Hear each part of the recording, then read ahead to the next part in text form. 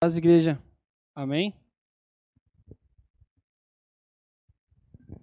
Eu gosto do papel, mas hoje não deu para trazer o papel. Deixa eu ligar aqui. Bom dia, irmãos. Mais uma vez, estamos de volta. A gente vive na casa do Pai, né? Mas nessa casa do Pai aqui, a gente tem saudade de voltar. Amém? Eu queria orar antes de qualquer coisa. Depois eu quero passar um vídeo e compartilhar com vocês algumas coisas que nós estamos vivendo. Eu queria compartilhar isso com vocês. Então, feche seus olhos mais um momentinho. O pessoal gosta de orar, né? Feche um pouquinho mais os seus olhos. Senhor Deus, muito obrigado, Pai, por tudo que o Senhor tem feito em nossas vidas. Te agradecemos, Pai, pelo teu amor e pela tua graça, Pai, derramada sobre nossas vidas. Queremos, Pai, agradecer o teu sacrifício e reconhecemos, Pai, a tua soberania sobre nossas vidas. Reconhecemos que és Deus, Pai, e és Deus do impossível. Por isso, nessa manhã, Pai, fala aos nossos corações. Nos instrui, Pai, para aquilo que o Senhor quer. Nos instrui para a tua vontade, Pai, e que inclinemos nosso coração e os nossos ouvidos à tua voz. Que o Senhor possa, Pai, entrar em nossos corações e refazer toda a nossa casa. Que o Senhor possa destruir as paredes, Pai, para reformar tudo aquilo, Pai, que o Senhor julga estar errado. Por isso nós louvamos, Pai, e agradecemos pela tua presença. Em nome de Jesus, amém. Amém. Antes de passar o vídeo, tá pronto, amor? Antes de passar o vídeo, nós estamos hoje morando em Criciúma, a 200 quilômetros daqui, fomos para lá, por um movimento muito legal assim, de Deus, algo que a gente nunca tinha vivido até então, e para nós foi uma bênção, muitas coisas aconteceram lá para nós, foi muito bom, gente. O momento que a gente estava vivendo aqui era um pouco complicado, e nós nos mudamos para lá. Foi muito bom para as crianças, sentimos muita saudade dos nossos amigos, da nossa família, muita, mas é muita mesmo. Que a gente tem amigos mais chegados que irmãos, né? E os nossos aqui foram uma bênção para a gente. Todos nós fomos abençoados por eles. E a gente sente uma falta muito grande. Hoje eu trabalho numa empresa chamada Mundo Bíblico, que é uma escola de teologia, onde eles dão cursos ministeriais, formação em teologia, aula de missiologia, capelania. São vários cursos que a gente lá desenvolveu para abençoar vidas, para que vidas sejam capacitadas para levar o verdadeiro evangelho, sem heresias, sem distorções, algo que nós temos sofrido e muito no nosso país. Eu queria apresentar um vídeo da minha empresa, o manifesto é o que nós acreditamos, o que nós queremos lá, e muitas pessoas perguntam para a gente o que a gente está fazendo lá, o que a gente vive lá, né? Então, essa é um pouquinho só para a gente entender, para vocês entenderem o que a gente vive lá. Pode passar, ninguém. Só tem que dar o volume lá.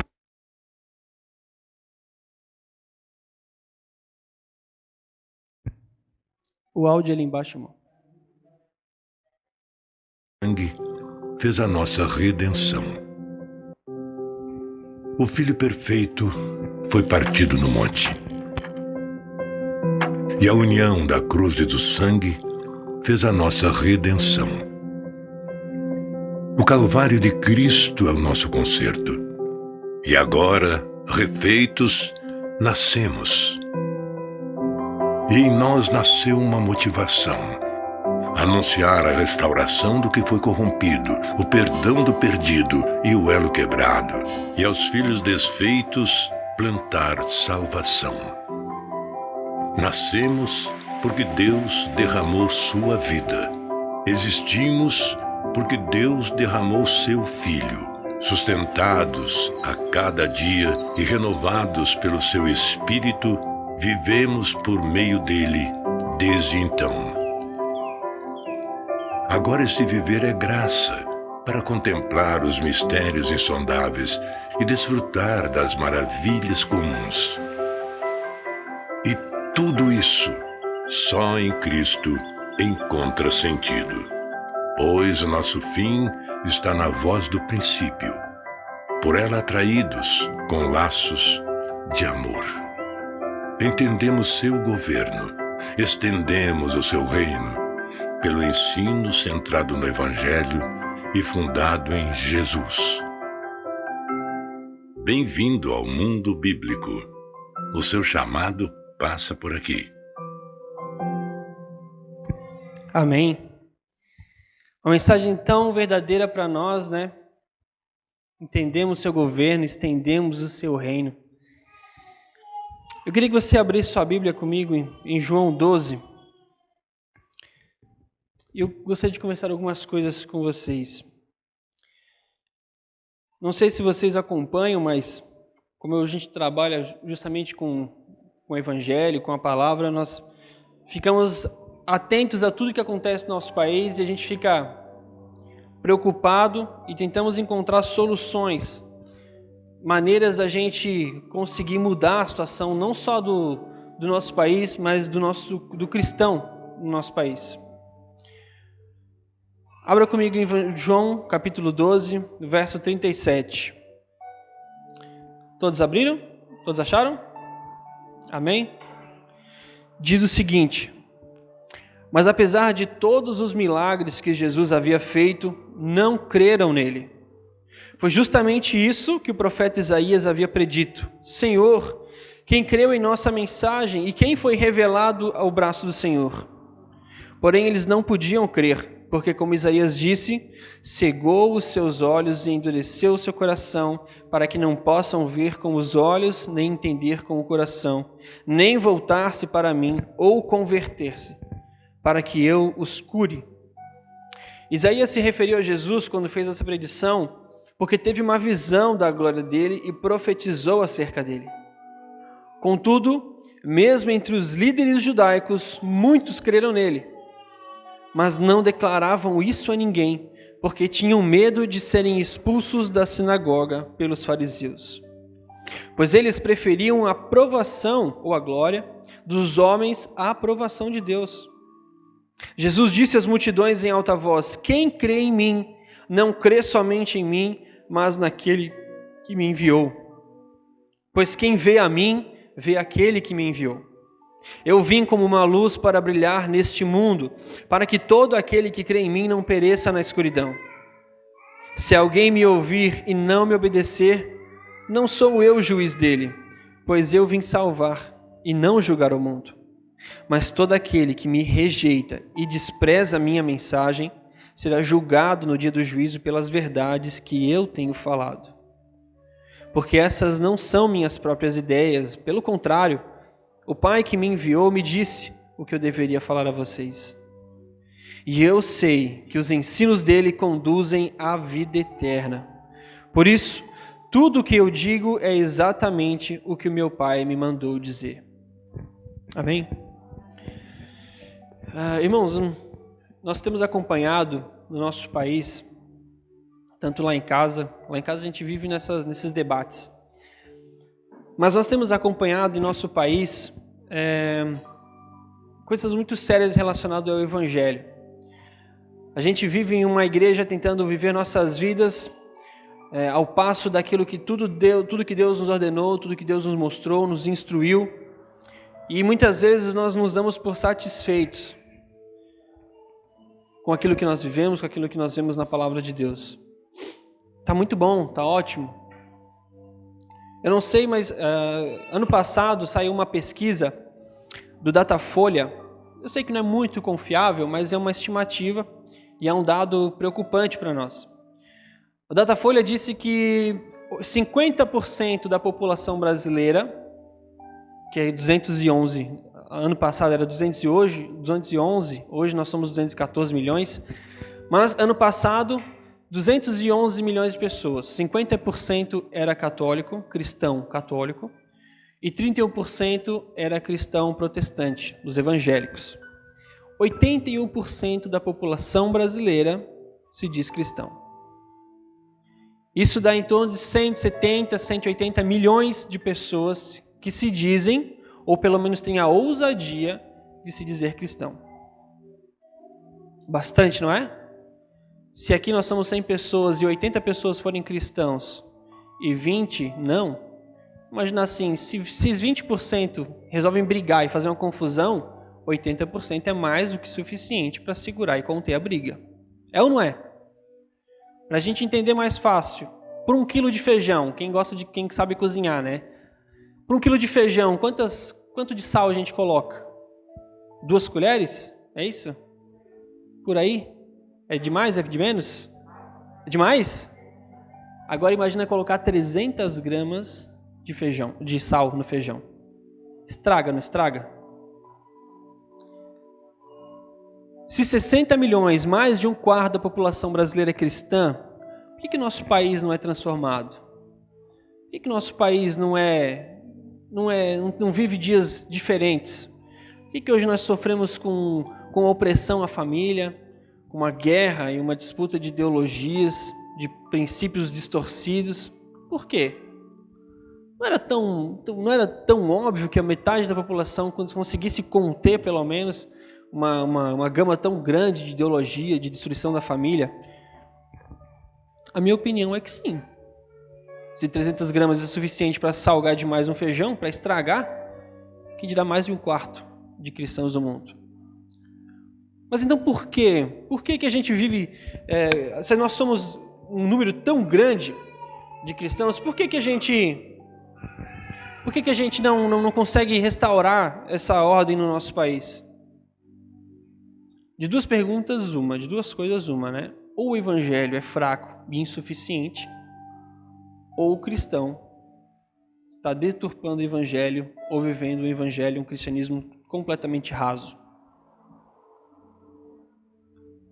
Para mim, a segunda hipótese é a melhor. Para mim, a segunda é a mais verdadeira. Porque nós, os cristãos, nós vivemos um evangelho distorcido, muitas vezes distorcemos o evangelho para ensinar e vivemos algo completamente ilusório, achando que está muito bom. Nós tornamos o culto de domingo uma rotina. Antigamente, para nós era certo. Quinta-feira era culto de oração, domingo de manhã escola dominical e domingo à noite culto da família.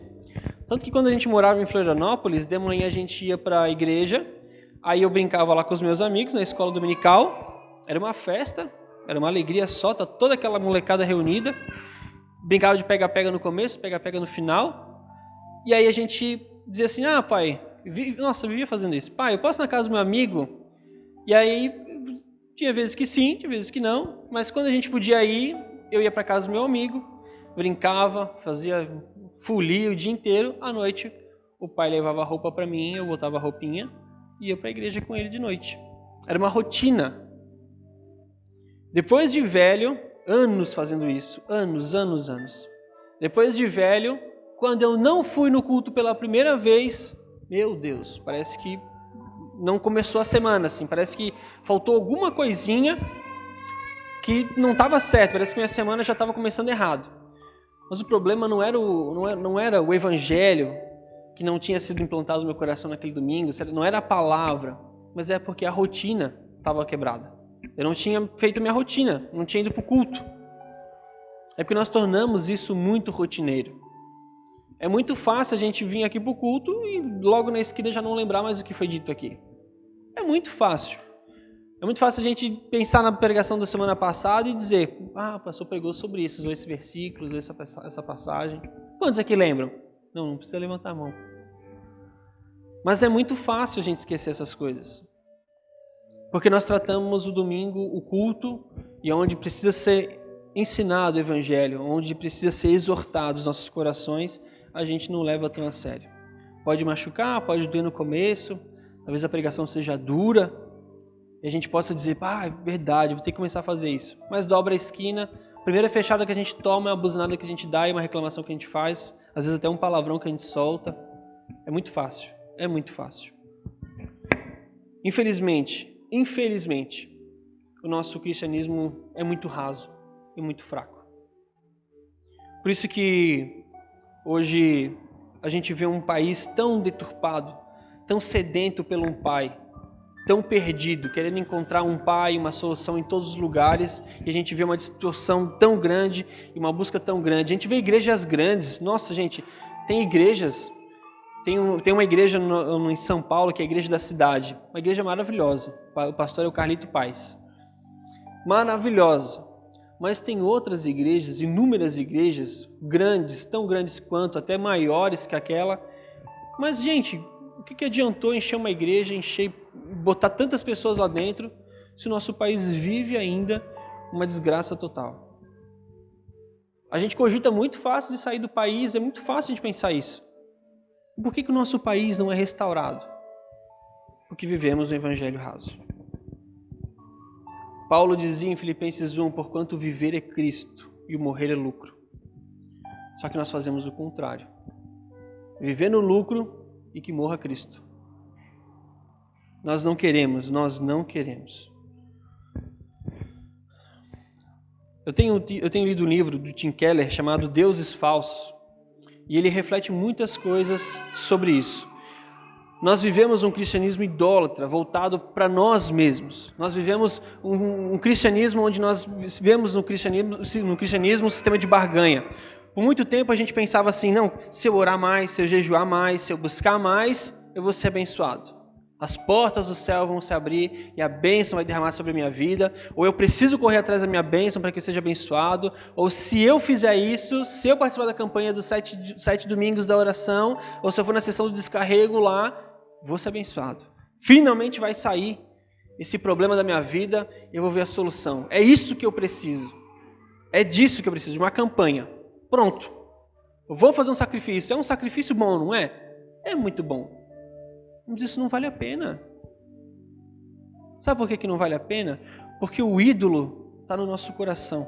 Nós vivemos hoje um cristianismo protestante mais idólatra do que qualquer outra religião.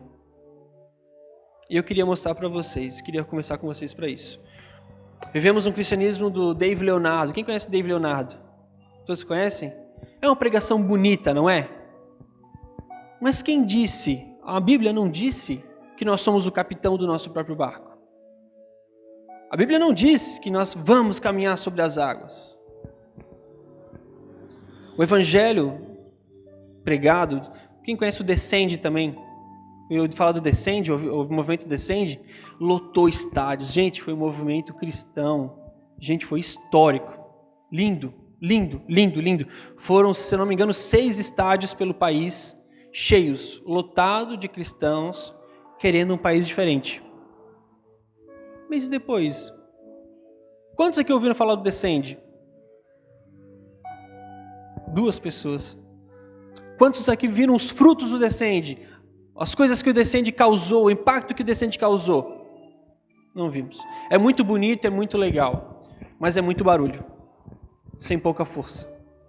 E esse é o problema, porque vivemos o evangelho raso. Vivemos o evangelho das coisas bonitas, vivemos o evangelho das coisas realmente maravilhosas, do espetáculo, dos shows, das músicas e pregações bonitas, mas infelizmente rasa. Para o mundo, gente, nós somos conhecidos como um oceano de cristãos, mas com um palmo de profundidade. Agora, vocês viram a declaração do Papa para a gente? Chegou um fiel lá e disse, Papa, ore pelo Brasil. Aí ele falou assim, não, vocês não têm salvação. É muita cachaça e pouco oração. O pessoal ficou horrorizado. Mas ele está mentindo? Não está. Ele não está mentindo. É verdade. E está aí os nossos frutos, olha o nosso país como é que está. Pregação do Dave Leonardo, o movimento Descende, é uma bênção, gente. Mas se tiver propósito, se tiver intensidade, verdade, profundidade. Agora dizer que tudo vai ficar bem, que tudo vai ficar bom, porque Deus é amor, Deus me ama, é muito legal, mas não surte efeito. O que surte efeito, gente, é o que Paulo diz. O viver é Cristo e o morrer é lucro. Mas o que precisa morrer? E aí eu queria falar com vocês sobre isso. Esse livro do Tim Keller é muito legal, ele é muito bom, eu recomendo que vocês todos leiam. Porque nós vivemos um evangelho idólatra, porque o ídolo está no nosso coração. Só que o ídolo que a gente imagina é aquele que a gente vê lá um um ídolo bonitinho, um altar, uma imagem, um santo. Muitas vezes as pessoas condenam os santos porque a gente consegue ver. Mas os ídolos que o nosso coração não vê, esse a gente não fala. Os ídolos que movem a nossa vida, esse a gente não fala. Porque a gente não reconhece eles como ídolos. Ídolos são aquelas imagens de barro lá. É esses que a gente condena. Mas os ídolos, gente, do nosso coração são aqueles que a gente não pode viver sem. Aqueles que satisfazem os nossos desejos, o nosso ego. Talvez o ídolo de algumas pessoas seja o sucesso profissional. E se tirar isso dela, perde sentido. A vida perde sentido. Esse é um ídolo. O ídolo é aquele que nós damos algo que só poderíamos dar a Deus. É aquela energia que a gente dá para aquilo que poderia dar somente a Deus. Porque a gente não vê em Deus, e esse é o nosso evangelho, nós não vemos em Deus a solução. Nós vemos em Deus um meio para alcançar o meu desejo. Eu preciso orar, preciso jejuar para ser abençoado. Nós vemos em nosso coração a força que nós precisamos. Para eu ser bem sucedido, eu preciso trabalhar mais. Mas se eu perco o emprego, minha vida acaba. Eu não consigo. Tem pessoas, gente, que dizem assim, eu só vou melhorar quando tiver minha casa e meu carro. Dando ao carro e à casa toda a esperança, a fé, e depositando toda a sua felicidade, todas as suas energias naquilo, não em quem pode prover isso.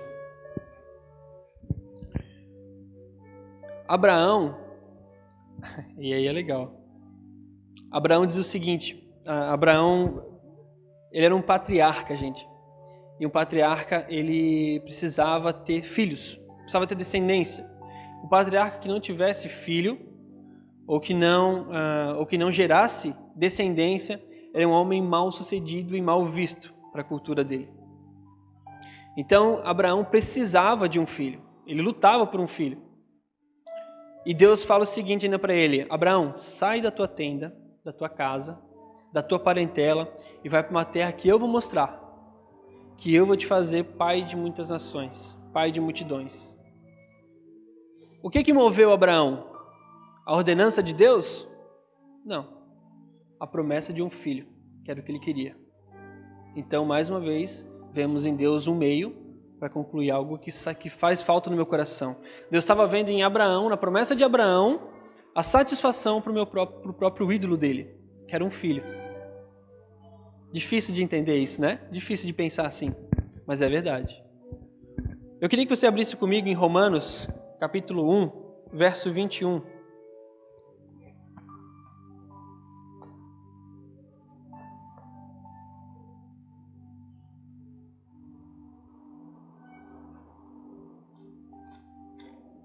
Romanos, capítulo 1, verso 21 em diante. Deixa aberto aí.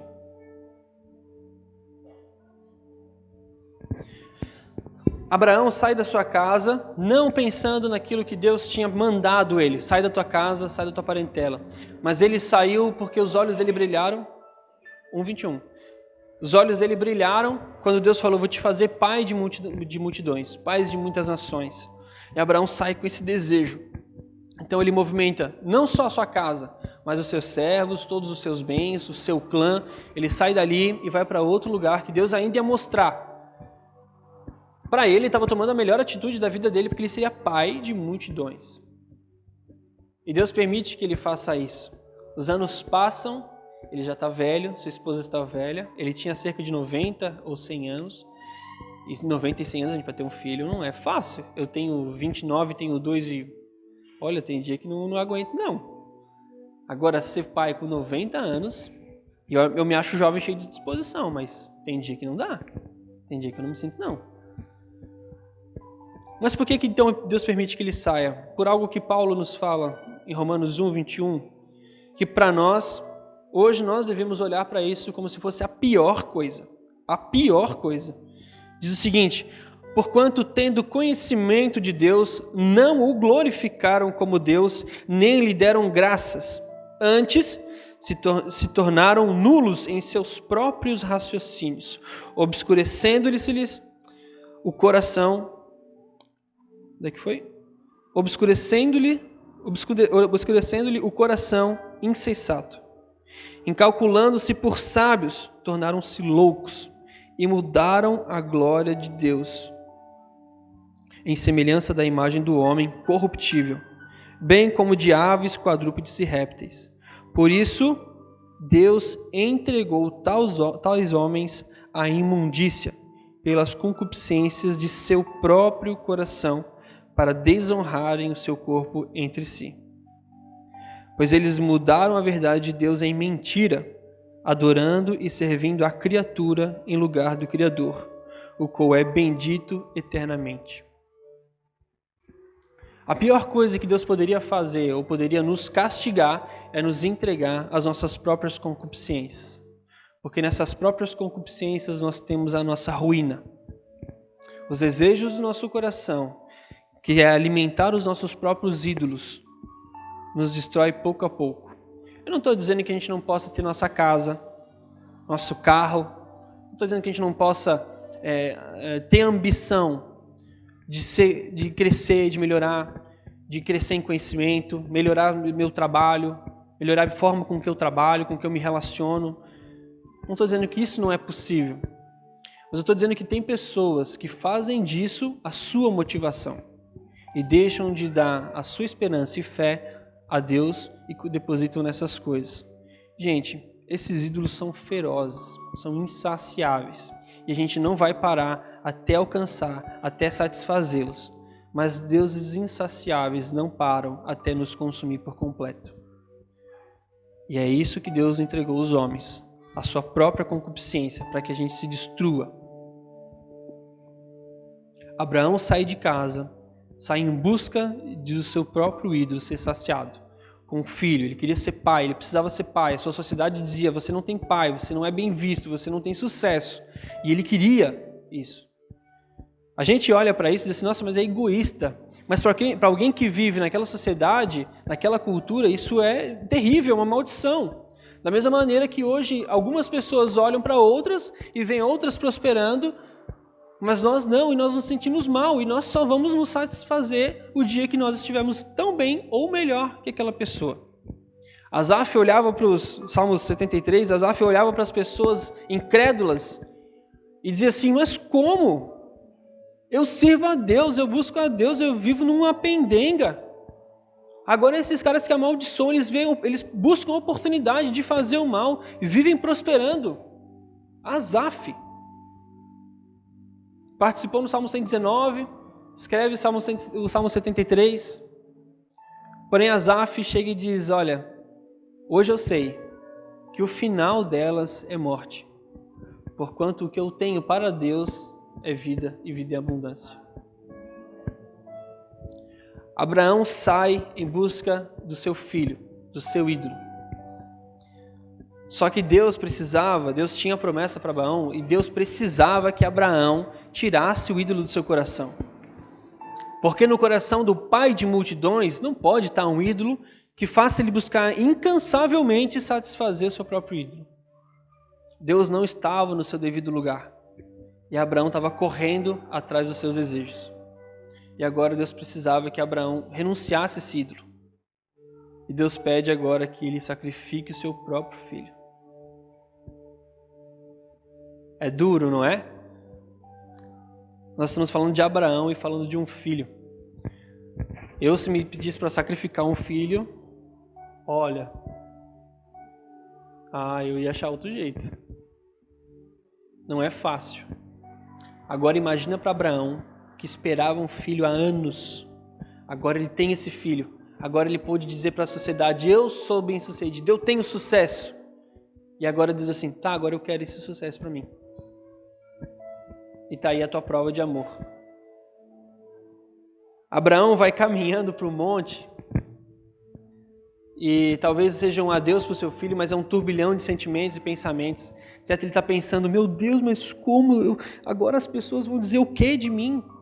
O que elas vão falar de mim? Perder o meu próprio filho, sacrificar meu filho? O que as pessoas vão falar de mim?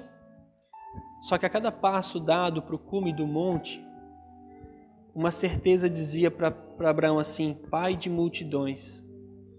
Se eu serei pai de multidões, mas como se eu vou sacrificar hoje meu filho? Porque uma certeza que Abraão tinha e que ecoa para nós a cada passo que Abraão dava era de que Deus é fiel para cumprir as suas promessas. Deus não é homem para romper suas próprias promessas. Deus promete e Deus cumpre. Se Deus disse que eu seria pai de multidões, mesmo tendo que sacrificar o meu filho, é porque Ele vai cumprir. Coisas grandes Ele tem aí.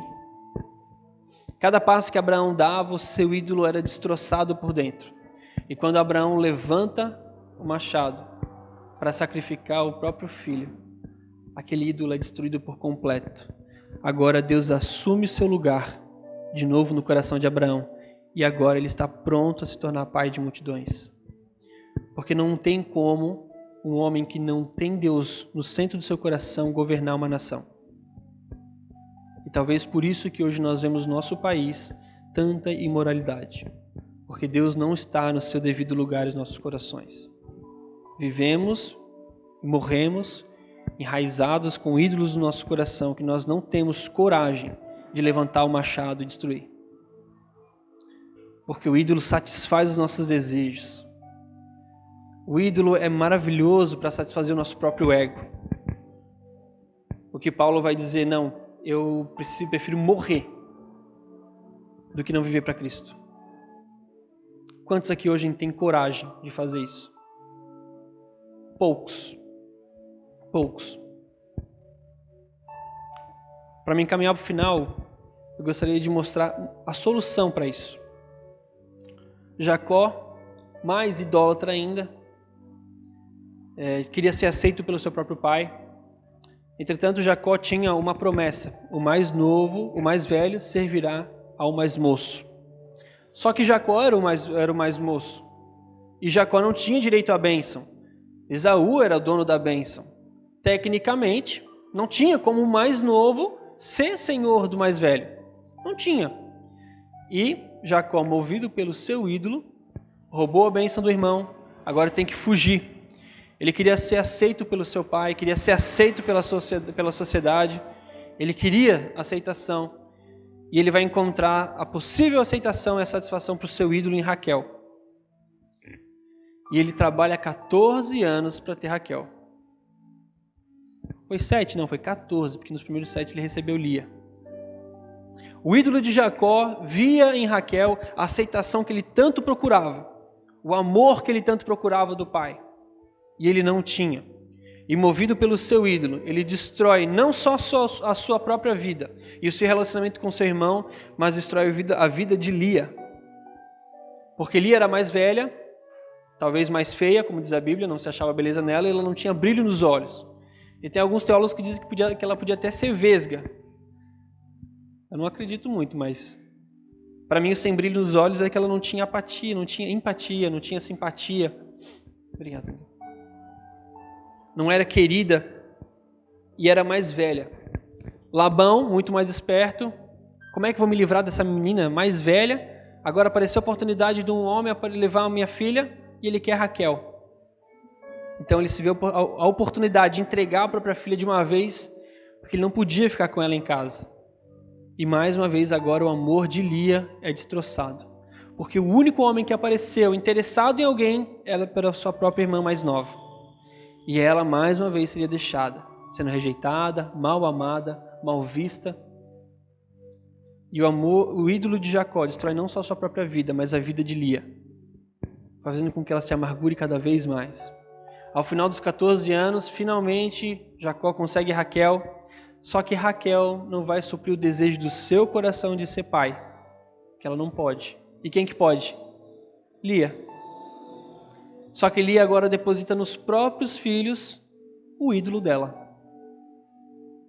Vão vendo que uma geração de idólatras vai gerando gerações de idólatras e vão enfraquecendo cada vez mais as pessoas, destruídas em ansiedade, destruídas em depressão, porque não conseguem satisfazer os próprios ídolos insaciáveis, indestrutíveis. O primeiro filho que Lia tem se chama Rúben, numa expressão de dizer, talvez agora eu consiga o amor do meu marido, porque Raquel não pode dar filho, mas eu posso. Só que ela não quer cuidar bem do filho, ela quer agradar o marido. Porque o ídolo de Jacó é tão forte que nutre todo aquele ódio. E agora Jacó quer aceitação de Lia, quer aceitação e não encontra. Agora a esposa dele quer aceitação e não encontra. E ela tenta num filho, em outro filho, em outro filho e não encontra nada. Porque o ídolo é insaciável. Não era aquilo que satisfaria o coração de Lia. Porém, de tanto tentar, no quarto filho, todos os filhos dela têm uma expressão: talvez agora meu marido me veja, talvez agora Deus tenha misericórdia de mim e o meu marido me ame, buscando um amor romântico, satisfazer o seu próprio ídolo. Mas no quarto filho, ela não faz menção ao marido ou ao próprio filho, ela faz menção a Deus. E o quarto filho se chama Judá, que diz assim: dessa vez eu louvarei ao Senhor. Só que a expressão que ela usa é Elohim. Elohim só foi usado uma vez por Abraão, quando ele, no clamor, na súplica a Deus para não sacrificar o próprio filho, usa a expressão de Elohim, que mais ou menos hoje como um paizinho. Aquela expressão do filho que chama pelo pai lá no quarto, quando está chovendo, ele está com medo, ou ele tomou um susto, ele chama pai. Sabe aquele... Tem pais e pai, né? Que chama quando é pai, é pai. É diferente quando ele diz assim, ô pai. Ou quando é assim, ô pai. A gente sabe de longe que alguma coisa está acontecendo. E Elohim é justamente isso. Aquele, ô pai. Dessa vez eu louvarei ao Senhor. E o ídolo agora de Lia é destroçado. E mais uma vez Deus assume o lugar na sua vida. E Lia, sozinha, é mãe das 6 das 12 tribos de Israel. Sozinha. Enquanto Raquel não tinha filhos. Mas ela disse, agora sim eu louvarei o Senhor. Só que o mais incrível ainda é que em Gênesis 49 vai dizer que da tribo de Judá, quem que viria? O leão da tribo de Judá, o Salvador, o Rei, o Messias, aquele que traria salvação. Então, da mal amada à rejeitada, quando ela colocou Deus no seu devido lugar em seu coração, agora Deus diz assim para ela, eu sou o marido que te faltava, eu tenho o amor que você nunca teve, eu sou o pai para o órfão, eu sou o pai para o rejeitado, eu sou o sucesso do emprego que você nunca teve, porque a minha presença, a minha graça te basta. É engraçado a gente olhar para Paulo numa prisão, Paulo e Silas, em vez de estar reclamando, satisfazendo talvez Paulo. Paulo era Paulo, mestre dos mestres, criado aos pés de Gamaliel. Ele podia se vangloriar e buscava a perfeição em sacrificar os cristãos, os filhos de Deus. Ele perseguia, porque ele almejava o sucesso. Esse era o ídolo dele. Mas Paulo agora se encontra em uma prisão, jogado para morrer, e Paulo e Silas, ao invés disso, dão glórias a Deus. Porque o viver é Cristo e o morrer é lucro. Então as cadeias se abrem, os presos podem ser libertos e a vida do carcereiro é salva. Agora, quando Deus não está no centro do nosso coração, quando Deus não é o nosso ídolo, aquele a quem nós devemos dar todo o crédito e todas as nossas forças, a nossa fé e esperança, nós vamos morrendo. E é isso o reflexo que nós vemos no nosso país. Talvez seja o reflexo que a gente vê na nossa casa, com os nossos filhos. Eu tinha um ídolo muito feio. Eu vou revelar para vocês. O meu ídolo mais feio era o videogame. Por quê? Porque quando eu estava cansado, estressado, irritado, eu ia pro videogame. Dentro do videogame eu tinha meus amigos online, lá do Rio de Janeiro, vários lugares, e todo dia, à noite, eu ia para lá, jogava, ouvia eles conversar, dava risada, aquilo me aliviava, mas era meu ídolo. Porque quando eu não jogava, eu ficava, hoje eu não joguei. Olha que engraçado, né? É feio, não é feio? É muito feio. Às vezes eu deixava das crianças, corria para fazer alguma coisa para poder jogar, porque eu queria satisfazer meu ídolo, eu queria satisfazer o meu coração, trazer alívio para o meu coração. E faz pouco tempo, gente, faz pouco tempo. E aí eu montando o playlist dos meus filhos, eu escutei uma música que quebrou meu coração. Porque eu vi que Deus não estava no seu devido lugar na minha vida. Trabalhava, fazia as minhas coisas, estudava, lia a Bíblia, mas aquele ídolo ainda me mexia. E aí, montando o triste dos meus filhos, eu escutei uma música chamada Talking to Jesus. Estava tocando aqui no começo do culto. A letra diz o seguinte, quando eu era pequeno, rapaz, conta o seu testemunho, né? Quando eu era pequeno, eu via minha avó orando e para mim parecia como se fosse um murmúrio, assim, uma reclamação. E eu achava estranho. Mas ela disse, olha meu filho, esse tipo de oração salvou minha vida. E você devia tentar um dia. E a mãe dele arrastava ele para a igreja nos domingos e nas quartas. Ele ia irritado, brigando que ele não queria ir. E ela orava. E ela dizia, um dia você vai me agradecer. Um dia você vai me agradecer por ter colocado Deus na sua vida. E ele diz, a minha mãe estava certa. Porque hoje eu falo com Deus. E ele diz, agora eu tenho 3 filhos. E ele conta que um dia o filho dele entrou no quarto, viu ele orando e falou, não pai, depois eu volto então, deixa que o senhor aí está com algumas coisas na cabeça, deve estar preocupado. Ele fala, não filho, não tinha hora melhor para você vir. Porque eu estou falando com Jesus. Quer tentar? E ele tentou, os dois começaram a orar. E hoje ele entra no quarto do filho e vê o filho orando. É legado. Não é o que o pai mandou fazer, mas o que o pai fez. Deus era o centro da vida dele. E hoje o filho dele repete as mesmas ações do pai. Agora pensa comigo, que ações o meu filho ia ter? Não só de jogar videogame, mas de fugir da responsabilidade quando precisava dele. Porque Deus não era o que regia a vida dele. Deus não estava regendo a minha vida. Eu tive que matar esse ídolo. Tive que sacrificá-lo. E hoje, às 11 horas, ao invés de eu estar lá jogando videogame, no mesmo quartinho, que é o escritóriozinho que a gente fez lá, no mesmo quartinho, eu estou lá com o joelho dobrado e falando com Deus pelos meus filhos, pela minha casa, colocando Deus no seu centro lugar. Amém.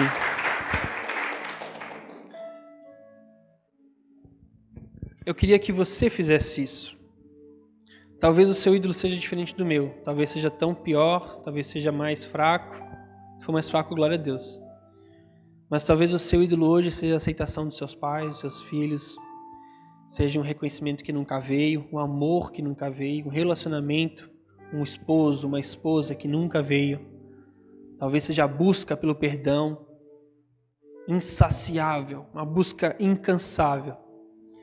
Mas Deus nos diz hoje, eu te amo, eu te perdoo, eu posso satisfazer os desejos do teu coração. Foi o que Deus me disse. Você não precisa fugir da responsabilidade, você não precisa fugir do problema. Entrega para mim que eu vou resolver. Deus diz, eis que estou à porta e bato.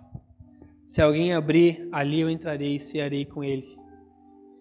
E Deus diz ainda em Mateus 16, 25, porque aquele que quiser salvar a sua vida, perdê-la.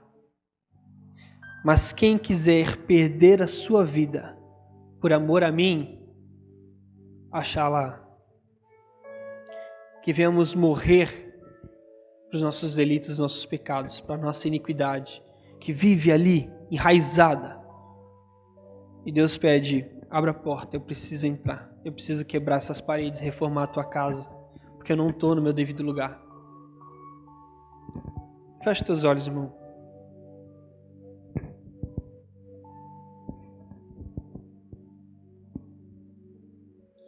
Queria que você agora falasse com Deus, abre o teu coração para Deus e diz, Deus, quais são os ídolos que ainda prendem a minha vida? Irmão, talvez muitas coisas boas poderiam ter acontecido na sua vida se você tivesse deixado Deus no seu devido lugar. Talvez hoje você está buscando coisas que vão satisfazer o seu desejo, a sua busca por alguma coisa que só Deus pode satisfazer. Só Deus. Só Deus. Entretanto, nós não confiamos na mão de Deus, nós não confiamos no poder e na ação de Deus. Eu tenho uma pergunta para você, qual é o seu ídolo? Talvez a tua casa hoje esteja desorganizada, o teu casamento desorganizado, os teus filhos não te vejam como pai, como mãe, mas isso é porque Deus não está no centro. Onde Deus está, a vida, a abundância de alegria, a benevolência, a benignidade, mas talvez você não esteja vendo isso. Talvez você não esteja vendo o amor pela sua família, o reconhecimento dos seus filhos. Porque não são eles que vão te dar o reconhecimento, não são as coisas que vão te trazer satisfação e alegria, mas é a presença de Deus, onde a graça nos basta, onde o amor reconstrói as feridas do nosso coração, onde o amor de Deus revela quem nós somos e revela a nós o seu ídolo.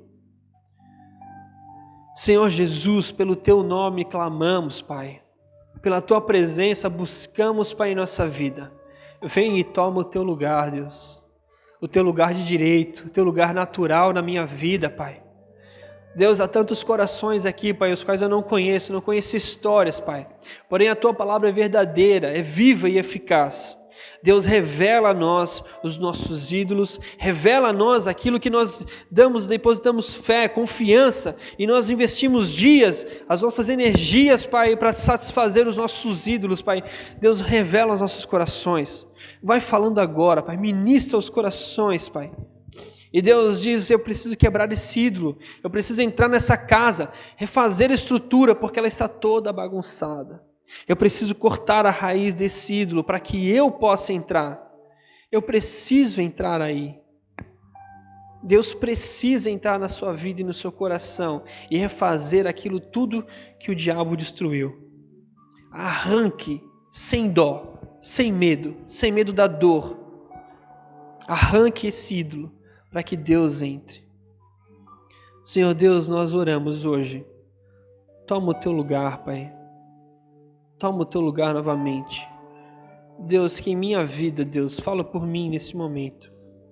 Deus, que na minha vida, Pai, o Senhor destrua, Pai, todas as cadeias. Que em nome de Jesus o Senhor venha intervindo na minha vida, Pai. Que a minha casa te conheça através da minha vida, Deus. Que eu seja um canal de vida, Pai, de bênçãos para os meus filhos, para o legado que eu devo dar para eles, Pai. Me coloca, Deus, como marido, como pai dentro da casa onde eu preciso estar. E Deus, que em nome de Jesus, no meu coração, não venha reinar nenhum outro ídolo, Pai, para que me afaste da Tua presença, para que me leve longe do propósito que tem estipulado para mim, Deus, para os sonhos que tem sonhado para mim, Deus, para que em nome de Jesus, todas as promessas feitas à minha vida, Pai, que nenhum ídolo e nenhuma outra coisa roube, Pai, de mim. Mas que a palavra lançada ao meu coração e aos corações aqui hoje, Deus, o inimigo não venha roubar, mas que venha crescer e gerar frutos, Pai. E dessa maneira venhamos resgatar o verdadeiro evangelho, Pai, estipulado e descrito na Tua palavra, sem distorcer, sem levar nada ao nosso coração, sem ministrar nada que venha de nós mesmos, Deus, mas que a Tua palavra seja viva e eficaz nas nossas vidas. Trata os corações, Pai, destruídos pelos ídolos. Trata os corações, Pai, que há muito tempo foi amargurado, Pai, pelos ídolos impostos lá. Que a Tua graça, Pai, restaure e que o sangue derramado na cruz, o sangue do Cordeiro, restaure as nossas vidas, Pai.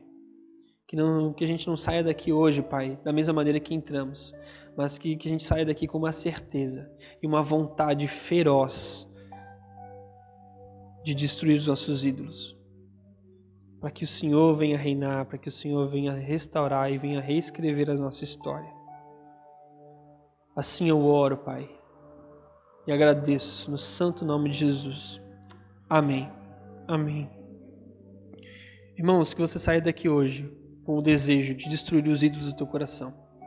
Aqueles pequenininhos, aquelas raposinhas que ficam escondidas lá dentro, mas que você venha abrir o teu coração para que Deus venha eliminar um a um e satisfazer os desejos do teu coração. Amém?